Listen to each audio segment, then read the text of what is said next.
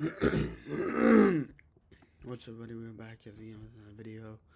Gonna be reacting to Advice for the Hard Days by Chris and Harmozy. About helpful. You've had a few bad days that you're thinking about for the rest of the year. I've found it helpful when I'm in a bad season, like I'm in right now, to just focus on having a good day. A good day in a bad season is a bite-sized victory. String a few of those in a row, and a bad season feels less hard. I'm pretty sure the difference between a happy life and an unhappy one doesn't come down to how many good or bad days you have, but which days you think about over and over again. In some seasons of life, maintaining is winning. Couldn't have put it better myself.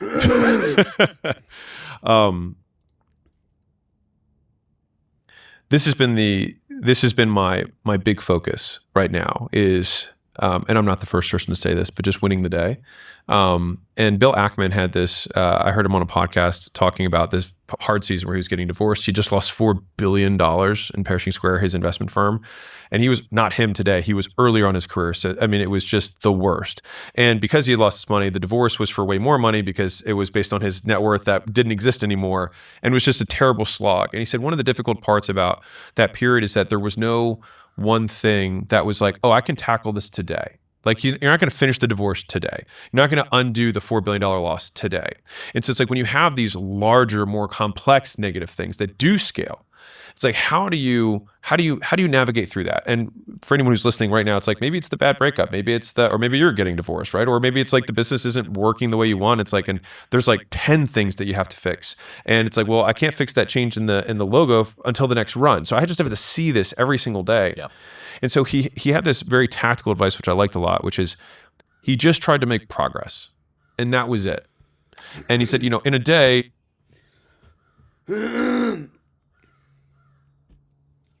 And when you make progress, that is where you make the effort to do the things that you're afraid of. Whatever it is, if it's you're afraid of doing, you're not gonna be willing to do it, or you're not ready to do it at all.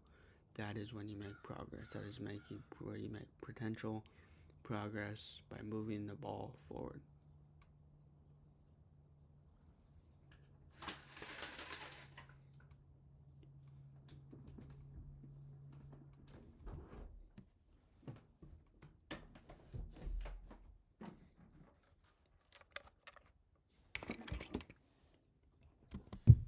It's almost negligible, right? But at 30 days, you're like, okay, I moved this, and at 90, you're like, wow, you know, this has really materially changed in what's happened. Now, does this mean that our mood is still being dictated by circumstance? Yes. Because if your mood is not dictated by circumstance, you don't know how to change, you don't know how to reflect, you don't know how to understand. With my understanding, reflecting and understanding is that we need to have clarity and reason of thinking. And once you understand the reason of thinking and the clarity, that is when you put your foot down and do more action than what is needed to be done. Be honest. Yes, it does. But I think many of us have this ideal. We'd love to be able to be in a great mood in the absence of things to be in a great mood about. But sometimes progress is the W. Like maintaining in some seasons is winning.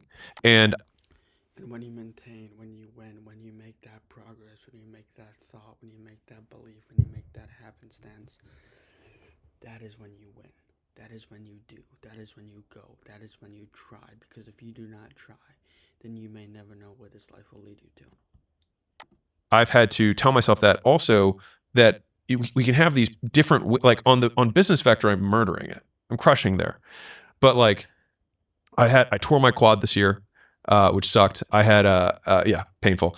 I have a neck thing that's just been bugging the hell out of me, right? So it's like, and I have two great fears in life. One is that I lose my mind, which is really just more that I'll be a burden to everybody else. I won't know because my mind will be lost, right? And the other is chronic pain. Those are like my two great fears in life, because chronic pain is really tough. Like the first thing you think about when you... I hope to God that nobody has chronic pain in the long run, because chronic pain is not fun. Chronic pain is everlasting, not fun. Because when you have chronic pain, that is when you chronically become ill. Open your eyes in the morning is pain. And it's like, fuck. It's like, and now I have to be in a good mood, right? Because I demand this of myself. And so when in navigating those scenarios, just trying to chip away, and also to take the reverse of, I had this one great podcast today. I'm going to make that thing the thing that's making this a great day. And then if I can make that great day, then maybe it could be Because if you make that then a great day, you can take so much from today. You can do more, you can react more, you can think a lot more. Because when you take a great thing for one great day, a podcast, a video, a thought, whatever it is, a conversation, that is when you make today a great day. great week. And then trying to expand those, basically like let those good moments eat up the season.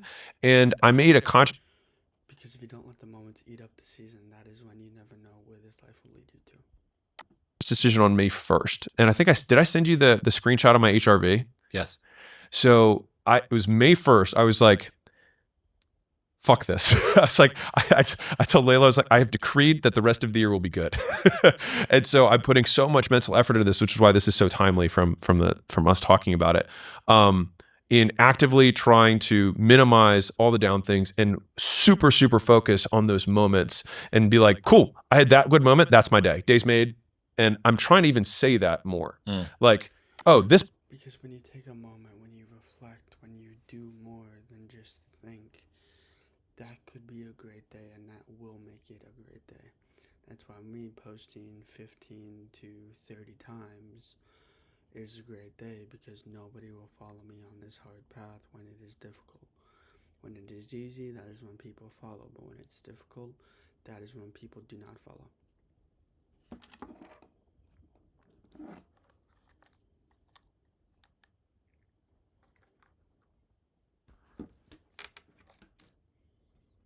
Podcast made my day. This podcast made my week. Now, I used to think, oh, this made my week. When someone would say something small, I'd be like, that's what made your week? Like, you must not have a lot going on. So true. Right? Like, I like my own judge machine, right? That's lame. Yeah, exactly. What a stupid thing. Oh my God. How feeble, how small is your life that something so unimpressive is a source of gratitude to you? Yeah. For a week or a month. And yet, yeah, your life is made up of small days like this.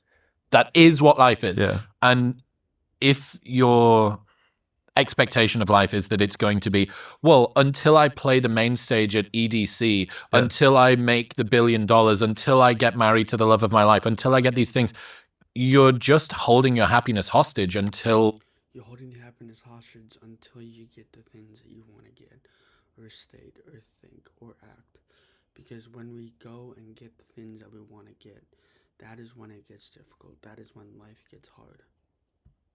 something great happens. Yeah. And what if... And when something great, what if this will happen? What if this can go? What if this can do? What if this can get a lot of money?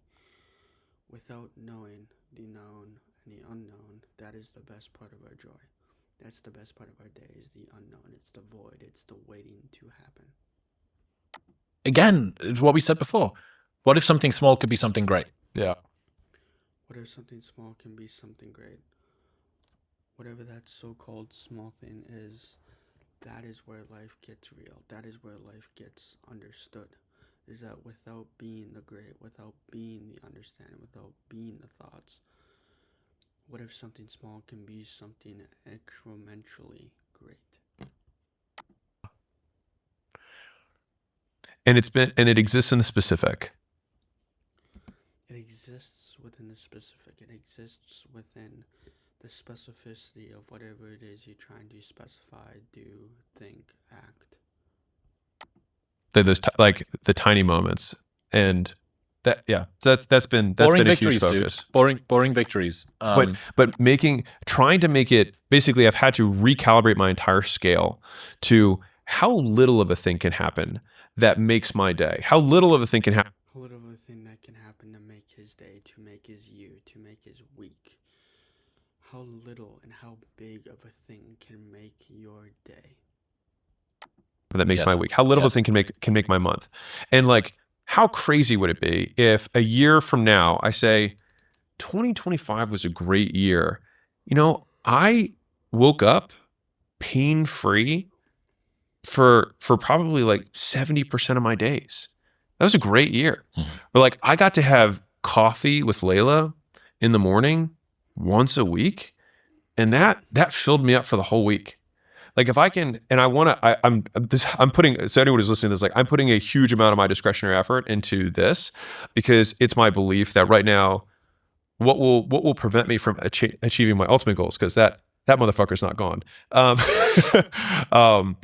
The thing that will stop me from achieving my ultimate goals is running out of steam because, and this may not be real for some people, but like I don't need to do this. Like I don't need to work this hard.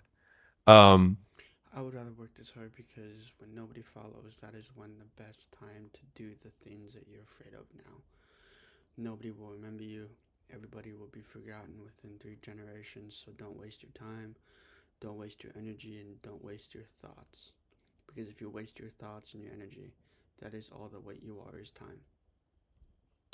And so I have to I'd prefer to make the ride more enjoyable.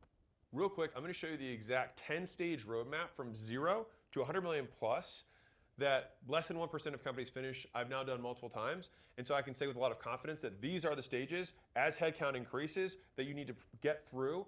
And I broke each of these down by 8 different functions of the business, what the constraint feels like what are the symptoms of it when you're going through it.